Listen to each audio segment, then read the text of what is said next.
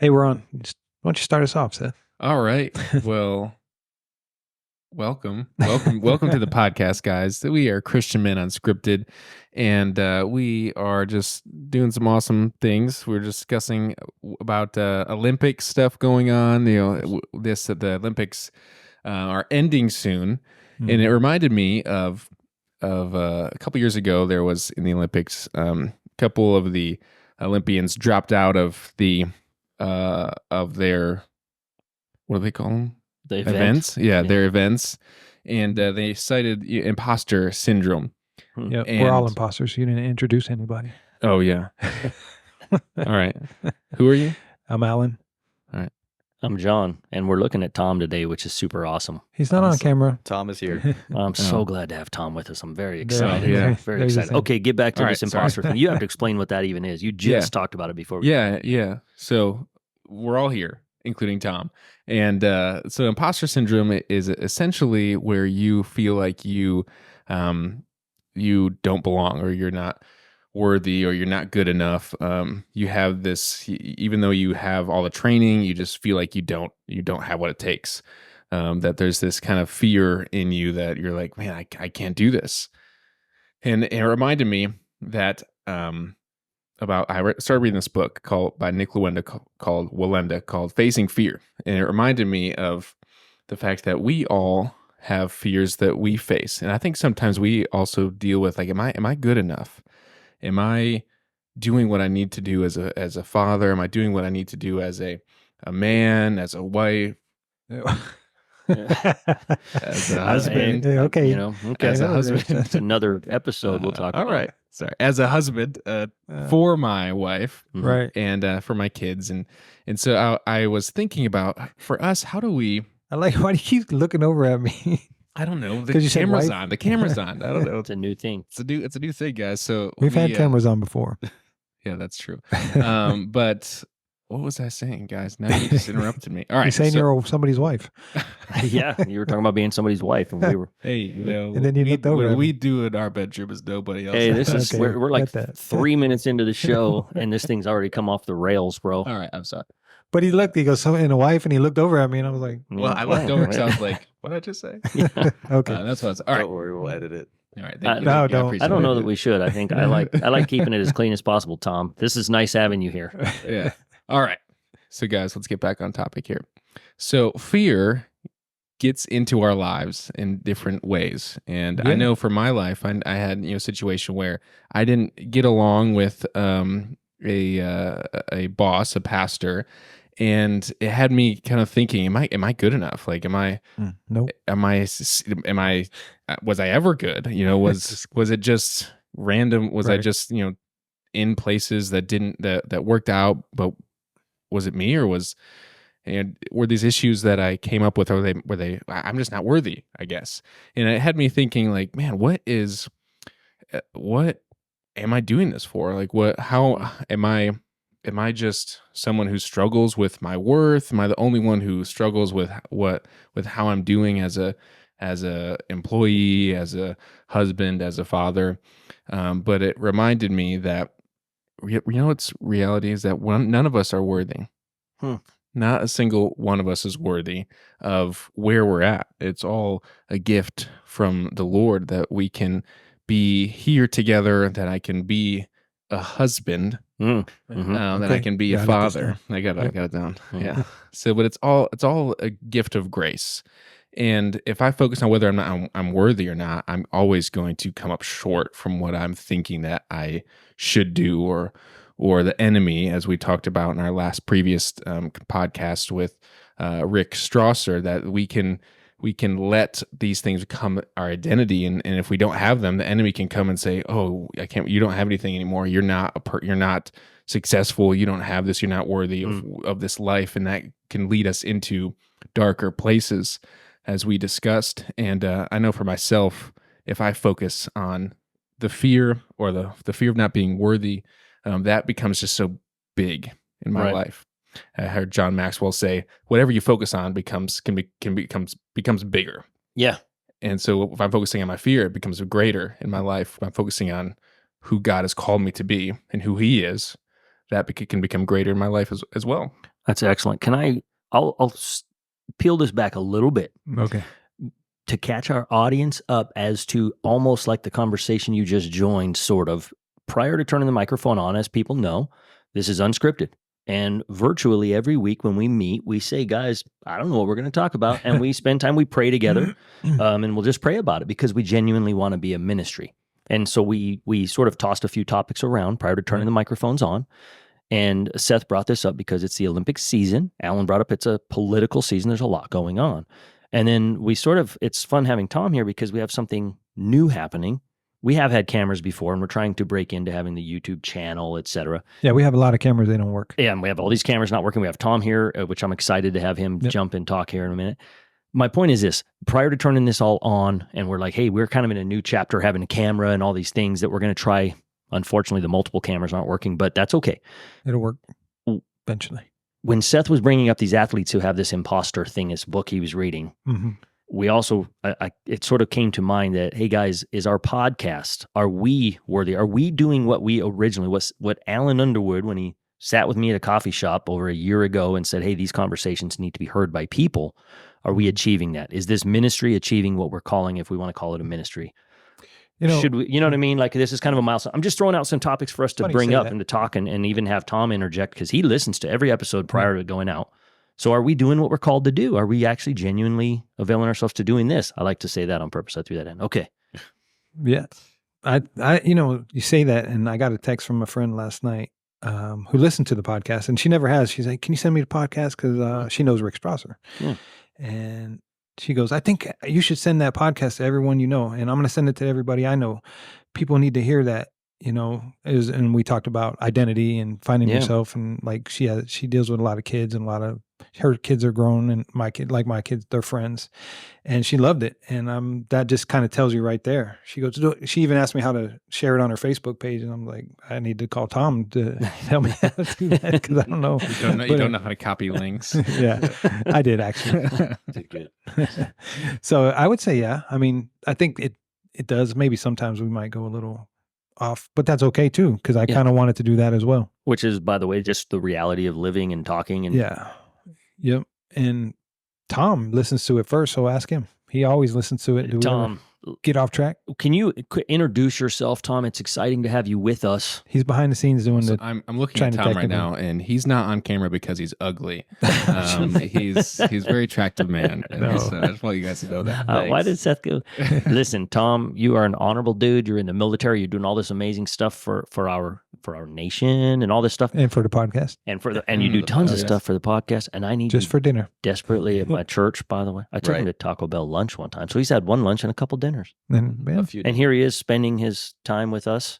Tom, introduce yourself. Tell us just a little bit about yourself, because we want people to know that since episode 1, you're doing all this stuff for us. So start with who you are and bring it up to how are we doing? Are we fulfilling, you think, what the mission started as? What is your sense? Start with that. Yeah, for sure. So I kind of introduced myself on another podcast when you guys called me. Yeah. Yep. And that was fun. And so just to get you quickly caught up, Al and I are in the same Bible study with our couples, or a couples Bible study with our wives, and the husbands join as well. So you can come as a wife if you want to. And hence the couples part of it. Hence the couples. Maybe that's where that came from. I knew you were going to say that. Let's start over. So yeah, we're in a couples group with our wives, right? And that's how we kind of got connected. My wife serves with Alan in the high school ministry, in the junior high ministry at church. And so Alan wanted to start this podcast, and we talked about it. He kind of fielded the idea in the Bible study group. And we're like, yeah, go for it, and then he asked me to help edit, because I'm a tech guy, and I must have computer guy written all over my face because everybody asked me computer. So, but I graciously, said, yeah, I'll do that. And the backstory on that, really quick, I don't think I explained this, was I was the IT director at our church for 2 different 2-year tours, if you call them. And so I was serving, volunteering, and I just had this amazing call to come on staff full time and help them with their tech. And as you know, church has become more technical. I mean, it's just, we're on the web and everything else. And so, but it's a pretty underrated part of the ministry. And so I felt like I had an amazing, background and experience that God has given me. And so I took that and I said, I'm just going to do it in ministry full time. And I did. And so the funny thing out of that was one thing was there's like the IT guy that walks around the office, right, kind of grumbling, and he's like disgruntled because everybody doesn't know how to do what he knows how to do, right? And so I came up with this tagline called God's IT guy, and it just kind of stuck with me, and that's what people would call me, like, oh, you're God's IT guy, and I'm like, I guess I am. And so part of that is wherever I see a ministry or something that needs help, technically I go, I could do that. That's what God has gifted me with, and I'm going to help out. And so this was one thing that I saw too. Yeah, and every time I call him for something, he's like, did you turn it off and turn it back on again? And I'm like, yeah, that worked, thanks. The IT answer, turn it off, turn it back on. Yeah. You guys think that we're lying, but it works. I was like, oh, he asked me last time, when's the last time you turned your computer off? I'm like, I don't know. I don't think I have. It's been on for 2 years straight. Like, it's been like 4 months. Yeah. And the only reason it got turned off is because the battery died. Right. Dude. So back to kind of, we're going to jump back into a little bit. I actually want you to jump back in, Seth, to the imposter thing, but on the same topic, from the first time Alan sort of brought it up to the couples group, I want to do this podcast, does it appear that I guess for lack of a better way of putting it, the mission that he originally felt called to put out on a podcast, is it, how are we doing so far? And we're starting to change. We're trying to even update our IT by adding cameras and stuff in the future. What's your thoughts on where are we at so far? We're asking for an honest critique. A grade. I think I listen to these things and I probably know Alan pretty well. Probably more than he knows himself, because he talks and I'm sitting here listening. I almost feel like a counselor, like, I need to talk to Alan about that. But exactly. But somebody else told me that. Yeah, it's good stuff. So I think that as far as the original mission of being able to just kind of talk your heart and share it is and be genuine. You guys are totally genuine, and you guys joke with each other. It's not awkward. The conversations aren't awkward, which is nice, because listening audio, you can sense that there's dead silence, there's weird awkward silences, and it's none of that with you guys. You guys are called to be together. You guys are blend well. We told Tom, hey, before we ask these questions, you better be positive. Right. Okay, No bro. negativity. I guess that's the manager in me, like, right, I'm starting out positive. Isn't that what they say? Yeah. You're supposed to do? Where are we going guys, now? I'm about to drop the hammer. The first awkward conversation started today when I called myself. Exactly. Yeah, sorry. Okay, now the negative. Here we go. Yeah, so that is and I don't want to flatter you guys either, right? I mean, that's honestly from my heart what I feel. You guys have a genuine conversation with each other, and so but I think that as far as you grow, just make sure you keep that in as the focus of having genuine conversation, even those conversations that are hard. So like if something comes up in your life and you're like, man, this is a hard thing, and obviously protecting our families, because we don't want to out our family members or our own wives and the internal things that go on in our household.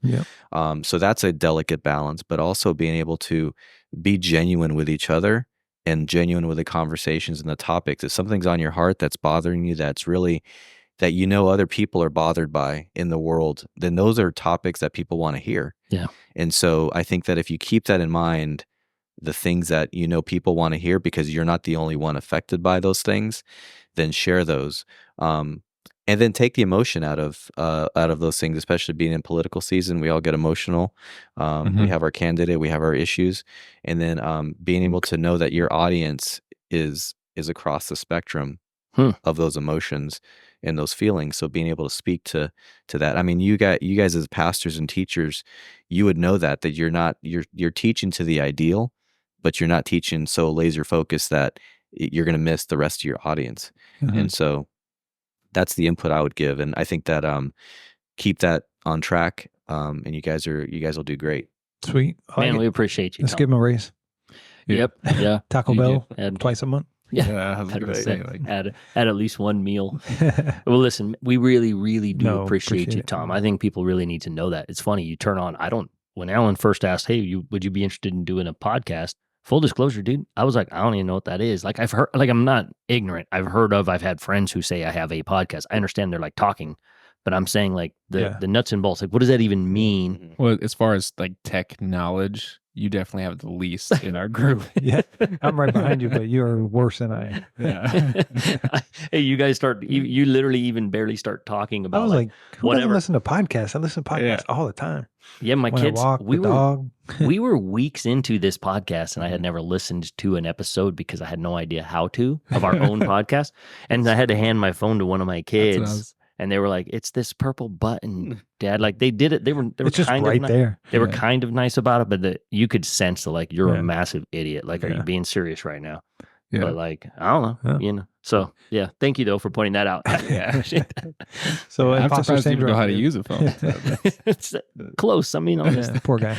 Can I interject on the imposter syndrome? Because that goes into the identity factor as well. Ooh, like what we talked about. Now, if you know who you securely know who you are in Christ, then you can walk to that truth. But then also God challenges us to kind of think beyond, Ooh, yeah. if we're using our skills to the best. And I just have a really quick story on that, is that the job that I'm in now, I was talking to my previous Air Force supervisor, and she said, I asked her about, if there's any jobs open. I wasn't making, a lot of money at the time in the job I was in. And we were talking, and she goes, Tom, she goes, I think you have imposter syndrome, because you know way more than you even think you do.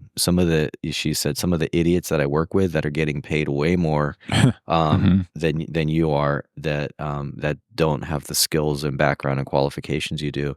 And she goes, you just need to basically challenge yourself and go out there. And I heard a Tucker Carlson talk, and it was only a small snippet, but he said, challenge yourself. It wasn't like a graduation speech, it must have been, but he said, go do something new, and then apply to a job you're not qualified for, that you're interested in. And I was like, all right, I'm going to do that. And I prayed about it, and I prayed, and I got this job. And the whole way in this job that I'm in, even my boss was like, people are after you. They don't even know you, and they want you to fail, and because they think you're not qualified. And she's like, I think you can do it. You're going to be fine. And so challenge after challenge, I was met with resistance and negativity, and it was success. And I give it all to the Lord, because he's the one that paved the way. And anytime I had a success, I was like, no, it's not me, at all. And to try to put in perspective for everybody else, to say, no, I mean, I'm just doing the job, what I'm told to do. Yeah. And so that really kind of elevated me to get outside of that. What I was thinking would be imposter syndrome, like I'm not qualified, but that does eat at you, because you think every day, like, why am I here? Why am I in this position? And am I good enough to be here? But I think it's in the same way, it shouldn't beat you down, but it should humble you to go, I'm not qualified to be here. I don't deserve this, because we don't deserve anything. And I give all praise and glory to God. Which goes right back to where, the Bible verse, like, I can do all things through Christ who strengthens me. Can you go back to that, Seth, to the very beginning of the show, and just clarify the imposter syndrome that you were sharing with me? Full disclosure, that's the first time I've heard of the imposter syndrome. I'm sure I just haven't paid attention. What book, and tell me again about the athlete thing. Yeah. So, I mean, it was the book by Nik Wallenda, called Facing Fear. And he's a wire walker. And for me, like, I could never get on a wire, or I would, be scared. But for him, tightrope stuff. He would, for him, it's daily life. He's been on a wire since he was 18 months old. And so that's something that's, different. But he was talking about having a healthy fear and having an unhealthy fear, like the emotion, the psychological kind of distraction from living in your purpose is basically what he described as unhealthy fear. And healthy fear is a respect for the risk that you're taking when you get on a wire, or when you take a new job, as you understand that this is a risk, and I want to make sure I prepare well for what I'm doing. Because I think for me, a lot of times when I don't prepare well and I'm afraid of what's going on, like I can say, like, no, you got this, Seth. You can do all things through Christ who strengthens who strengthens you. But really what I'm doing is I'm saying, God, can you do something that I didn't do with my time and make it better than what it's what I possibly could give, because I didn't prepare well for this. And so there's that's a fear, or that's something where that is not what we should be doing with our fear. Yeah. Is not preparing well and then being like, what am I going to do? God, you got to do something because I didn't do anything. I didn't use the time that you gave me to prepare well for something. And that is a difference between seeing that I have been given this position. I've been giving this area of influence, and I want to prepare well. And once I've done everything I can to stand, the Lord is going to help me stand. It's not about me doing this, like, okay, I did nothing. I have no physical strength. But I'm trying to lift this big bar, of weight. That's never going to happen, even if I ask God to help me. But God has given us these spiritual disciplines, these things that we can act upon in our lives. Being with Him in prayer, being with Him through reading the Bible, through solitude, through fasting, and doing those things helps prepare our spirit to be able to be in line with what He wants us to do, rather than asking Him to do what we think He should do in a certain situation. And I know as a pastor for myself, and I don't know about you, but I get into a place where I'm like, I don't know what I'm doing here. And I don't know if everyone else knows that I don't know what I'm doing. And when there's that. We do. Yeah. No, I'm just kidding. But when you get into a place where it's like, I'm caring for the souls of some people, of these people, I'm in a different, I've led different people in different ways, but now I'm here. Do I have what it takes? And I think as a Christian, there is that unhealthy fear that I can be like, I don't have what it takes. I can and just worry about that all the time. Or I can have a healthy fear and say, God, you have given me this area of influence. You've given me this ability to do X, Y, and Z. I want to do it well, and help me prepare well, and help me do it to your glory. Does that make sense? Yeah, for sure. Kind of on the same topic, Alan, when we're talking about this, a place of not being comfortable, being kind of pushed into something new in ministry, for instance, and saying, okay, God, we just quoted, of course, I can do all things through Christ who strengthens me.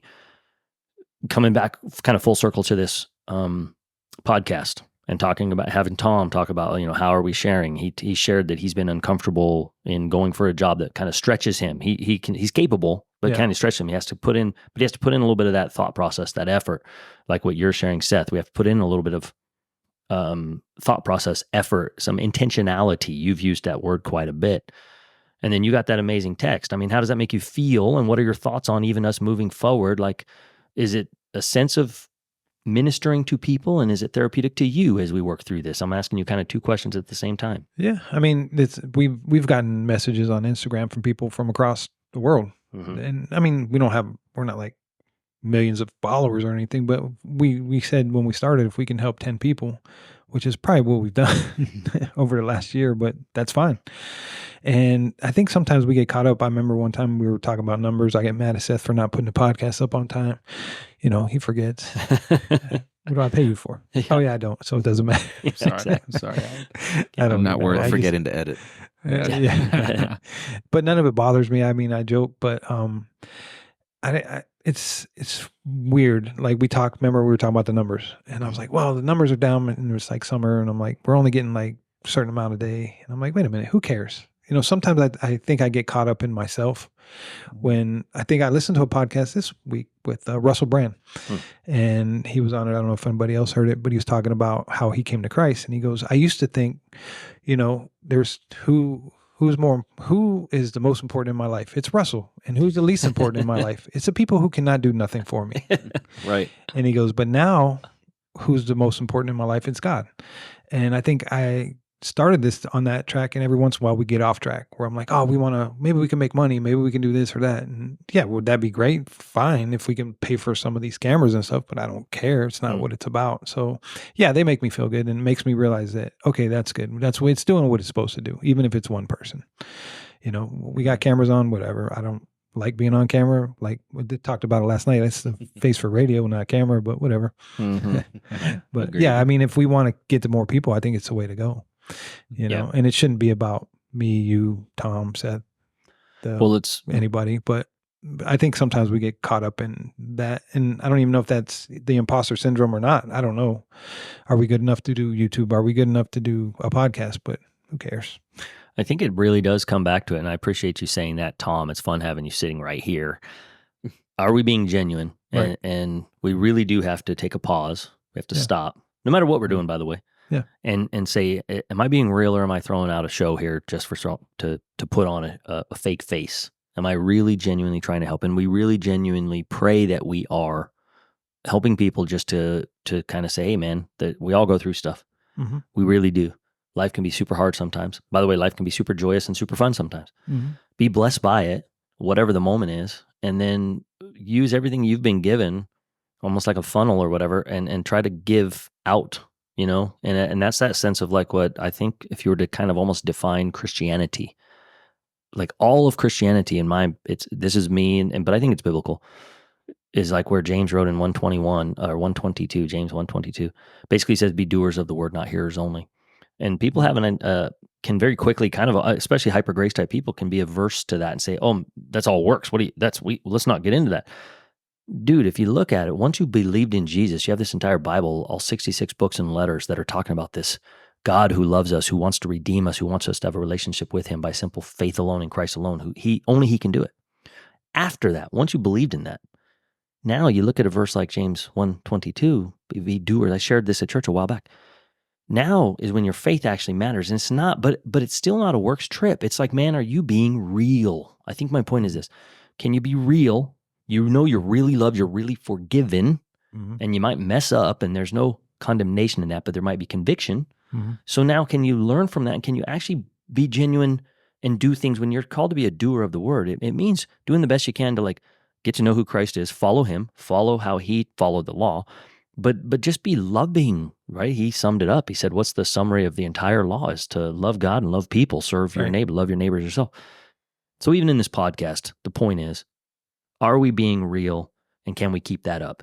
You know what I mean? Right. And because we want people to know that there are people who really go through stuff, and we're here to help, and we just want to share it to every person we can. We got to get better at it. We got to get better at driving past the homeless person on the corner that's like, I just need a hug. Right. And being like, I'm not sure. But you know what I'm saying. I'm not messing with Seth on that. He's talked about it a long time ago. But it's just a reality. Yeah. Just trying to be genuine, trying to genuinely share love with people. And you said in the middle of that, you said works. You said, well, that's works. Yeah. But if you are a true follower, you're saved by grace, but don't the works come with that? That's the point. Exactly. Right? Like, but naturally, not out of naturally, not out of who can do something for Alan. Yeah. And it's from the heart too. So you see people who would serve in church, and we've all seen it where they're like, oh, that person is just like trying to, butter up the pastor. By the way, in some aspect, we've all done it. I don't want to point 100%. fingers. You know what I mean? I got to point back at myself on stuff like that. And we wouldn't know it unless we've done it, right? Sure. Right. Exactly. And so that whole thing of like being able to see, I think our works has to come from the heart, where if it's from the heart, then that love is gonna cover whatever criticism is gonna come your way, and you may not even be criticized for doing it because it's from the heart. You're doing it because it needs to be done, and you're doing it for the Lord. Yeah. And I think that's a good reminder that when we feel like we're not worthy, when we feel like we are an imposter, or we're just like, man, what's going on I think that it's important for us to lean into that. And to be like, the reality is there are other people who are better than I am at X, Y, and Z, at tech, at pastoring, at being police officers. Like, there are other people who are a lot better than I am at that. That's a reality. But God has also called me to a life that is greater, that is going to the edges of the nations, is going to the least of these, is going to the greatest of these, to share his love and his grace. And so since he's called me to that, even though I'm not the best at what I do, I can go where he is leading me with confidence that if he opens that door, I can walk in knowing that my God is with me, he's on my side. And even if I don't, or if there's struggles throughout the way, you know what? My God is helping prepare me to become a person who can rule and reign with him in this, in the next life. Yeah, as we think about a lot of the promises that we have for as Christians for the end of existence, end of time, is we have this, we're co-heirs with Christ. And right now, and even in those times when we were as people who are trying to suck up to our pastors or to other people, Right. like as a police officer, maybe you're trying to suck up to like your sergeant or whatever it might be. But A lot of people out there like that. yeah, The so police when, department. Oh, yeah. yeah, so when you're trying to suck up Police to department. these people, what you forget is that God is with me. God is there by my side, and it's him who makes me go and through these dark places with strength and with power. Because at the end of the day, if I were to just suck up to whoever it is, like, I'm not becoming someone who can be a co-heir. I'm not someone who can be a co-heir as a ruler, as someone who will be a judge with Christ, because I'm wanting someone to affirm my existence that is not Jesus. And when I want someone to affirm my existence, that means that my fear is of what they're going to say, not what my relationship with God tells the world, or what he will say with me. I'm not concerned with how God will tell me what he'll say at the end of time, like, well done. I want him to say, well done, good and faithful servant. But if I'm wanting to get affirmation from you and Alan, my sergeant, my pastor, then I'm wanting them to say, well done. That's a funny topic that you just brought up. Isn't that interesting? Alan, you going back to you, even when you would get frustrated, like our numbers were climbing and then our numbers are declining. Isn't that interesting that we can very quickly fall into like, dude, I need to be validated. I need to be affirmed. Like, what do people think of me? You know? Yeah, but that's because we're living in the here and now. I mean, it's part of life, I would imagine. I want my wife to affirm me. I want my kids, but it's super really? normal. I mean, it's super normal. Yeah. It's super normal. Yeah. But it can be kind of like, we can get so caught up in it that it's like, there dude, it is right there. I think that gets where's so your caught up in balance, it. bro? You know? Yep. So I don't know. It's funny. Okay, I got to share. Here's how my mind works. All right, I'm a little bit crazy, but as you're saying this, Seth, in my mind, I start coming up with kind of this. I'm trying to put it so that it even makes sense. Basically, what you're describing also is this sense of our identity is found in Christ, God who loves us, that we're called to be humble. And that definition of humble doesn't mean that we think low of ourselves. It doesn't mean we think high of ourselves. It's that, I like that definition where it says, well, we don't really think of ourselves, but that's not in a bad way. In other words, we're just thinking of others. True humility is like, I don't care if you like me, don't like me. I'm not being rude. I'm just saying I'm just going to do the best I can to serve other people and to just walk through life. Right. Like, this clean definition of humility is like this neutral floating place, if that makes sense. While you're talking, Seth, in my mind, I started envisioning sweet kung fu movies. They came from China, especially when I used to watch kung fu theater a long time ago, because you would see these great kung fu masters and they floated in. And that's my visual, is the kung fu master that floats in like this perfect Zen. So believe me, I'm not being sacrilegious trying to get into the Zen stuff and comparing it to Christianity. Just in my mind, that's how I think you're talking about having this identity in Christ, going through dark places, being carried by God, representing him. And I'm suddenly picturing the perfect kung fu master floating, like neutral, not high, not low, just kind of this neutral floating through things. But you are held up, you are ascended. That's where my floating thought came from, because God really does hold you up. You represent the creator of all things. But you're not needing to be affirmed by it. You're not gloating it over people. You're like that sweet kung fu guy floating through life. I think that's how we're called to be, guys. Yeah. Well, I mean, that's interesting too, because I believe you that lost me. I knew I would. I tried to describe it as best I watched it too. I did. If you're like, like Superman's floating, he's floats, flying. He's flying, and you can just. But I know what you're saying. It's cool looking when he just floats there. Yeah, he just floats there. Yeah, with his cape in it. Yeah, Which, by the way, we know what I shared that. We know what that looks like because of movies. Yeah. Imagine when Jesus ascended in the beginning of the book of Acts, he floated up and they were staring, and then the angels were like, bro, what are we looking at here, guys? Yeah. Like, we got stuff to do. But like, we kind of envision what that looks like. Keep going. Superman floating. Sorry. Yeah, well, like those images or those pictures, I have heard them called memory traces. That those are we have this desire, we have these enchanted views of a hero or what someone with high character and high discipline might have in a kung fu master, and so they're memory traces of a reality that we're supposed to be living in. Ooh, but we're not. Mm-hmm. And so everything in earth is like, hey, I can promise you that you can live in this peace, whether it's through kung fu, Zen, whether it's through, being popular or whatever it could be, is it's trying to promise you this Zen place. But there's only one person who came to earth so that he could take our place and we could become like him. And through him, we can put on his righteousness and be in that place where every other religion, every other movie in the world is trying to communicate, I can bring you this. But Jesus is the only one that says, I will hold you and I will guide you, and my right hand will be with you at all times if you abide in me. Yeah. And so that's just one of the thoughts I wanted to just bring I like what it. you're saying. I like it.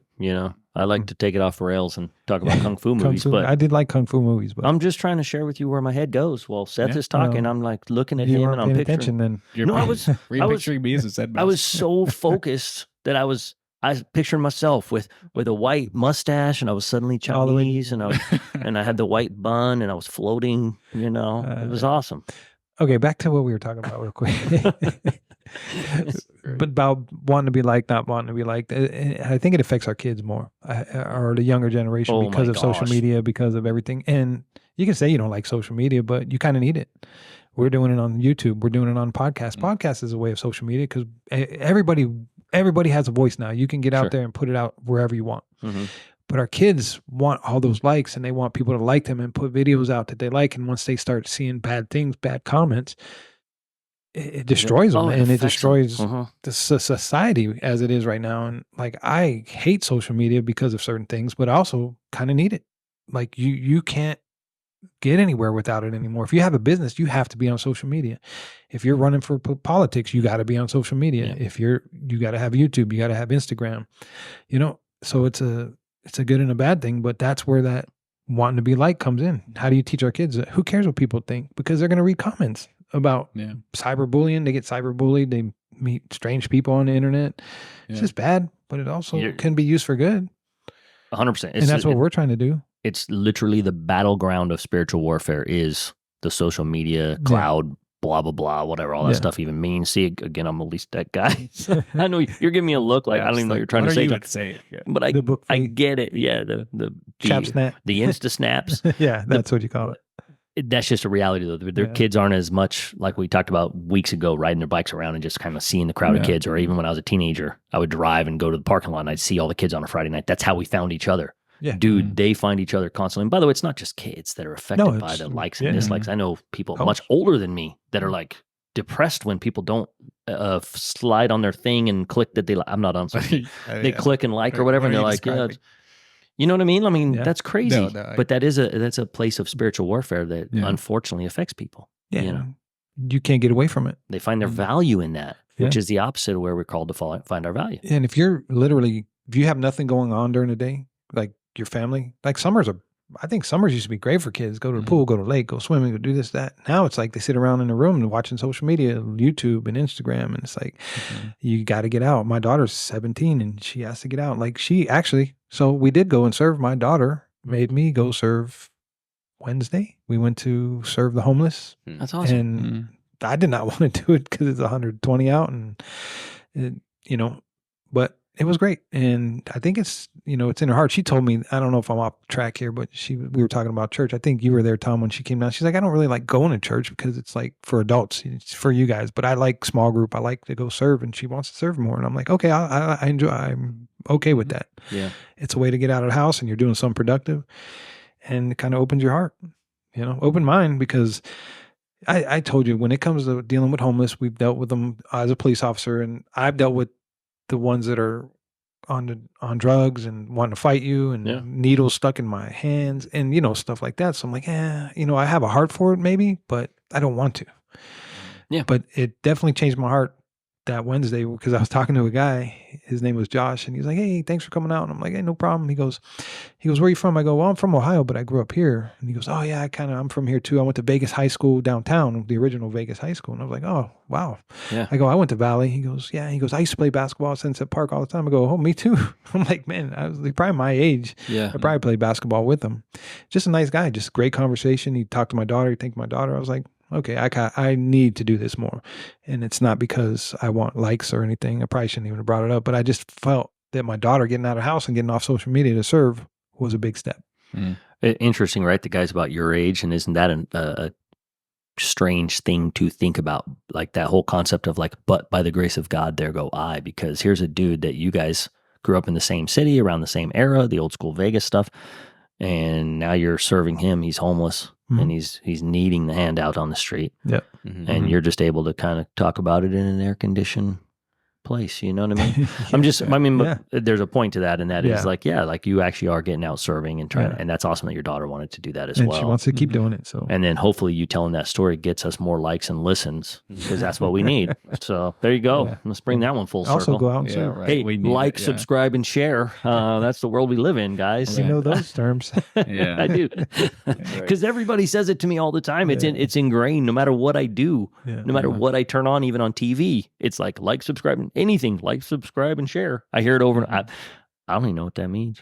You do. You know, I mean, I understand the definition of the English. You know what I'm saying? Yeah. So I like it. Yeah. But I think to kind of bring it full circle is that there is a sense that we do need to be doing things well. And if my wife doesn't like me or doesn't approve of the things that I'm doing, I'd be like, well, God approves. Oh. I can't say that. Like there is a certain extent to where it's like, I want to make sure that my life is being reflected and people see what God is doing in my life. Now, there will be people that do not like us, and that impact us to a place where we'll think, man, well, I guess nobody will like me or something. You know what I'm saying? Like how much will that impact us? Because I know for me, when I experienced that, like it really impacted me, where I was like, oh man, like this person really, like, am I worthy? Am I worthy? Am I good? But what I'm trying to say is that those things happen where people do not like us, or they say things that are mean, and they'll comment something, or won't like something that we put out, and we'll be like, well, I know they saw it. Why didn't they say something? You know, like you get those things. Or when you send somebody a text and they don't answer back, you're like, ooh. It's like, man, do they hate me? Alan, you know, So those kinds of things will happen. Text wars. Yeah, I don't Between Alan text and back. Okay, I'm sorry. Seth will Please forgive me, Alan. Seth will take 5 days to answer a text. Like a quick one too, you know. Yeah, Seth he goes radio silent, dude. That's how who knows what maybe he's doing some kind of sweet operation, some kind of mission. We don't know what he's up to. From his phone. Do you just put your phone in a drawer for 5 days? No, I look at it and I say, oh, it's Alan. Yeah, it's fine. He'll survive. He knows you're okay. That so read he's like, receipt on the Apple is like I turned it worst off. thing. Yeah. Oh, yeah, it's like they read it. People, I agree, like, Tom. why I agree. I know they read it. I know. And could you imagine though, as a teenager or as a young person, that they send a text and they put their heart into it, whatever it is, or maybe their friend is away and they're not with them, and there's some jealousy, and I have teenagers, and and they're girls, and they're relational, and so they when they send that text message, if they don't get it that it's read or left unread, as they say, you left me unread, then that bothers them. So weird, huge. Dude. Yeah. And so it is a tool of the enemy to combat as a parent. I had to look it up, but Galatians 6:3, it's one that's you always remember it. But Paul says, if you think you're something, you're nothing. Yeah. Right. Yeah. And so I think that's it. You try to disciple your kids into go in the right direction, and say, well, don't be bothered by that, right? But that's just dad going, stop letting it bother you, They don't listen to us in that way. But talking to the heart. I think you talked about it, Seth, where you said you got to speak to the child's heart. Yeah. And that way you're not speaking to the action, but you're speaking to the heart. And so speaking to the heart in that way, when we talk to people, or even adults, to say, look, don't think so highly of yourself, right? Because that's kind of that's the truth of the Word of God. But then obviously saying in such a way, saying, hey, don't let that bother you in such a way that's going to affect you, because you don't want to elevate yourself to think, well, I'm so important that this person has to respond to me. Yeah. Well, what does that say?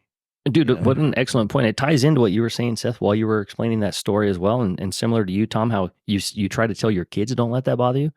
I just want to share before I pass this back, and we probably need to come to a close, Alan. You probably need to close. But even while you were saying that, and even you talking about trying to tell our kids that both Seth and Tom on that same topic, dude, when I first took over the pulpit at this church, we had people quit. I had a few people quit. And you think, okay, God, if I'm called, then this is of you. Like, I didn't go after this. This isn't something I asked for at all. This was never. And yet people walk away. Then you kind of take it to heart. I don't care who you are. It's hard. And so what I want to share is I can give the advice to people. Don't let it bother you. It's fine. Don't think so highly of yourself or whatever. Don't think, it is what it is. But I'm just letting you know, the reality is you still are like, dude, what did I do? Or what, it still bothers you. Yep. And so we are a work in progress, and it shouldn't, but it does. I'm just being honest, right? You're just like, dude, come on. So anyway, to your point, it's funny how people and likes and whatever, they can affect our. So John wants to be liked. Yeah, I mean, we all want to be liked. We all want to be approved. Yeah, no, we do. Yeah, like I had same struggles. Said like it's I not said, working out for Seth though. Well, I mean, you guys are going to have to close on all of this here. Go ahead, finish what you're saying. Yeah. Well, gosh. All right. Well, I mean, we all struggle. We all struggle with this, and I shouldn't have sat in the middle because I just feel like I like it like this. Yes, You're in a bad spot. I am in a bad spot. Yeah. But so we all struggle with being liked. We all want to be liked. We all want to be approved. That what our existence is worth having in people's lives in some way or another, whether it's through my influence on social media or my presence in person. If I don't feel like someone believes that I'm worthwhile, then it's gonna hurt me, And so that maybe can challenge us to be like, look, I want everyone to know when I am with them that they're worthwhile, that their time is worth it. If my phone is right there and I'm like, yeah, what's up? I need to put that down because I want that person to know that they're worth it. And I want, and regardless of if they think that I'm worth it, I know that they are. And as we kind of go throughout this place from our podcast recording, there's things that we will say, I wish I would have done better at this, or I wish I wouldn't have said that wife comment in the middle or in the beginning of this this episode. But I'm glad you said that. All right, that's good. Well, I'm not glad, but there are just things that we can look back and say, oh, I wish I didn't do these things. And and those are things that we should do. We should introspect and say, if I didn't like that I did that, but I know that this conversation was meaningful, and I really enjoyed this part. I felt like these guys made me feel like I was worth having in the conversation. But you know what, God, I want to give that moment to you. I want to give these things that I shouldn't have said, and Lord, help me to not say something dumb in the next conversation, or help me to not do this, or help me to not think so highly of myself that if John and Alan just didn't like me, that I would be like, man, they kicked me off the podcast, and I must not be worth it anymore. You didn't see the ad on Craigslist, did you? What? A new co-host looking for a co-host. Just kidding. Slightly all that to say, unpopular podcast. Yeah, it's not unpopular. Okay, it's just countries listen to us. Okay, that's but all that to say is we all want approval. But if it becomes everything to us, then we're not allowing God to work in us.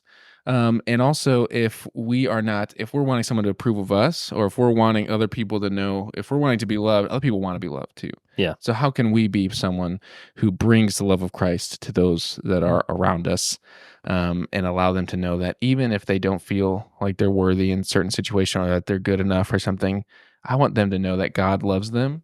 Everyone listening to this podcast, if you don't feel worthy, God loves you and he cares for you, he wants to be with you, and he wants to he wants you to make him the Lord of your life so that he can rule and reign. He can make your life the way that you were created to be and live in your purpose. Just as like he wants to make my life the way that he created me to be. And so I can live in my purpose. Okay. And not you guys though. Yeah. Yeah, thank you. So that's your excuse for not answering texts. Okay. There you go. That's All right. I like it. really long No, I'm just dissertation on why he doesn't answer text. 5 days, because the people here with are more important than us. Look, in That's what I'm trying to say. Yeah, that's what I'm trying to say. in churchy words, that was like this anointed. He's trying to make sure, which is Yeah, true, no, that I you are agree. loved by God, and then you got to ruin it, Alan. Nice. Of course. Why don't you close us with your ruining comments? All right. No. We're done. And we're done. All right.